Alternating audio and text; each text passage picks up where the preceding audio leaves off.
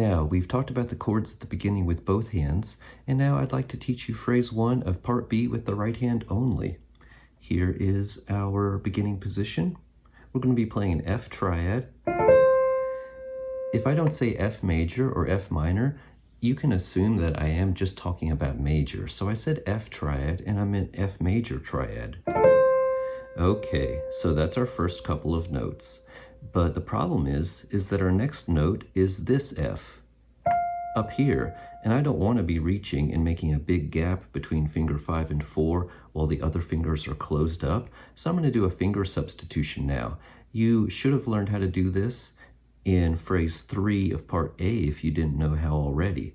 Here is what I'll do. I'll play the broken triad, and then finger 1 is going to go up to treble C. The other fingers are allowed to fly up a little bit to get out of the way. Finger 1 is going to hold onto treble C while finger 4 is still holding onto treble C itself, and then you can release finger 4.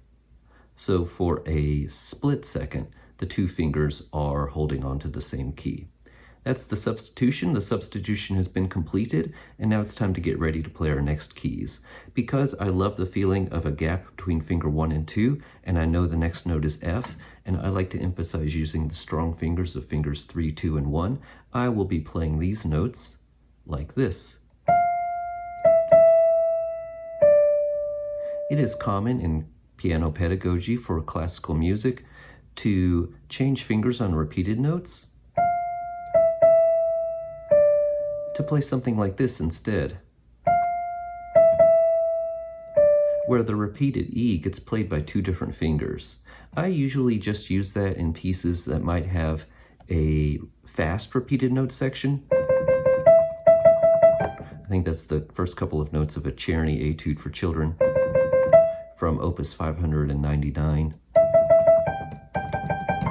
But we are not in that kind of situation here. We just have 4 melodic notes,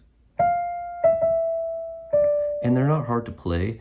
The finger switching isn't going to make us be able to play any better or any faster. So for these 4 notes, F, E, E, D, I'll just be playing the very comfortable fingers of 3, 2, 2, 1. And now everything so far.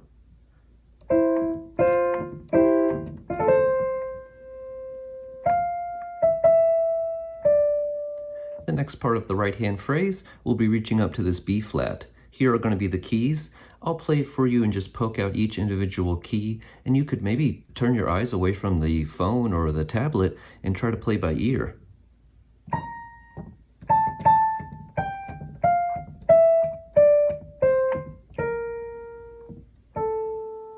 Pause the video, give it a go. Here is the sound with me playing with the fingerings that I'll end up using.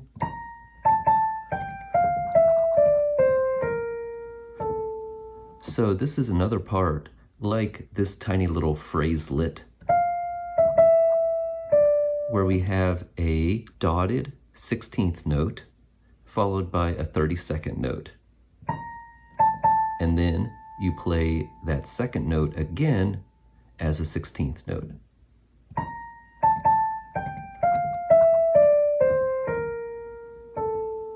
That's the sound, and you can maybe watch in slow motion to find the fingerings that I'm using.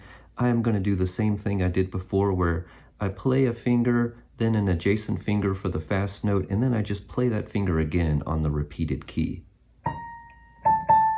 And I'm going to do 4, 3, 3. In the first video for this piece, I told you that I don't like to use finger 4 on a black key. And so I said, please do not start the piece with finger 5, because then finger 4 will have to play a couple D sharps. I still stand by that statement, but here there's only one black key, and then you're immediately relieved of it.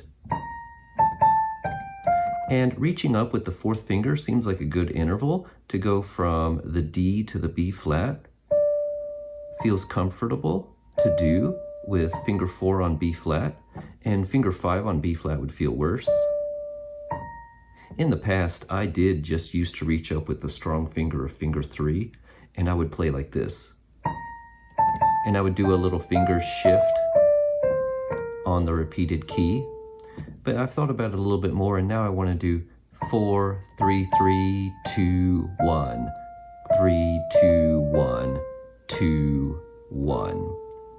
So that way, both of these little parts with a dotted 16th followed by a 32nd note do not have a finger change on the repeated note, and they're both using fingers that are comfortable for the interval that they're approaching from. So here's my recommendation.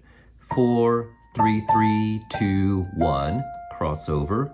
3, 2, 1, crossover. 2, 1.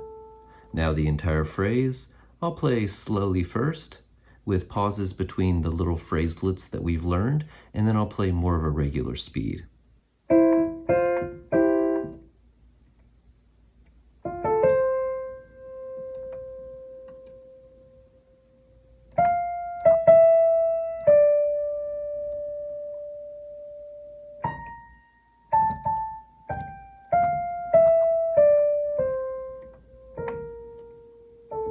Just pausing spontaneously there. Regular speed, as I said before.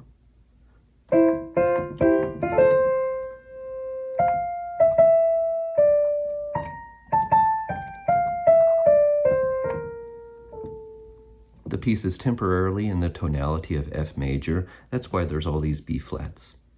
All right, I hope you enjoyed learning that first phrase of part B, right hand. I'll see you next time for phrase 2 of part B.